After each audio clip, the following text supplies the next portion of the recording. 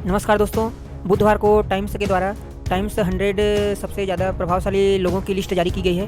तो इसमें देखते हैं कि इसमें भारत में कौन-कौन है। अगर हम मैटर देखें तो विश्व में सबसे ज़्यादा भरोसेमंद माने जाने वाले टाइम्स मैगजीन के द्वारा 100 प्रभावशाली लोगों की लिस्ट जारी की गई है। इसमें से भारत के पीएम नरेंद्र मोदी जी, पश्चिम बंगाल की मुख्यमंत्री ममता बनर्जी और कोविशील्ड बनाने वाली कंपनी सीरम इंस्टीट्यूट के सीईओ आधार पूनावाला शामिल हैं।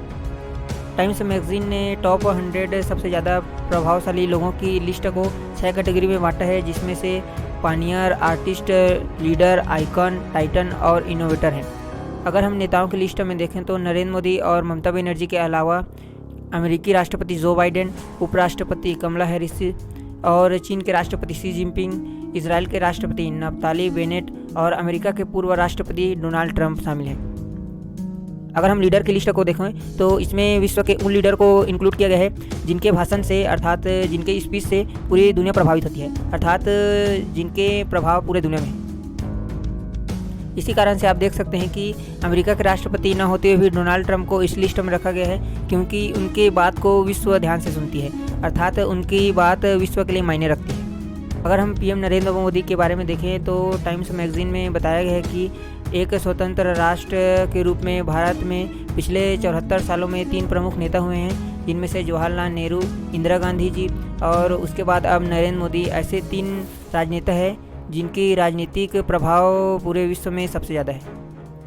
अब अगर ममता बनर्जी के बारे में देखें तो इस मैगजीन में ममता बनर्जी के बारे में बताया गया है कि अपनी पार्टी तृणमूल कांग्रेस का नेतृत्व तो नहीं करती, बल्कि वो खुद एक पार्टी है और उनका सड़क पर उतरकर जुझारू रूप से अपना तेवर दिखाना बाकी सबसे इनको अलग बनाते हैं। अगर हम आधार पूनावाला के बारे में देखें तो आपको बता दूं कि ये सीईओ और ऑनर हैं सीरम इंस्टीट्यूट ऑफ इंडिया के, और इन्हीं की कंपनी के द्वारा कोविशील्ड बनाया जा रहा है। अगर मैं टॉप 100 की लिस्ट में एक इंटरेस्टिंग बात बताऊं तो अभी करंट में अफगानिस्तान के जो डिप्टी प्राइम मिनिस्टर हैं अर्थात अब्दुल गनी बरादर, उनको भी इस लिस्ट में शामिल किया गया है।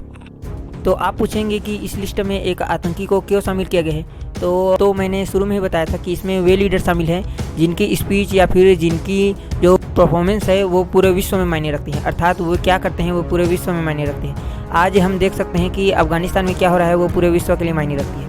इसी कारण से इनको इस लिस्ट में शामिल किया गया है।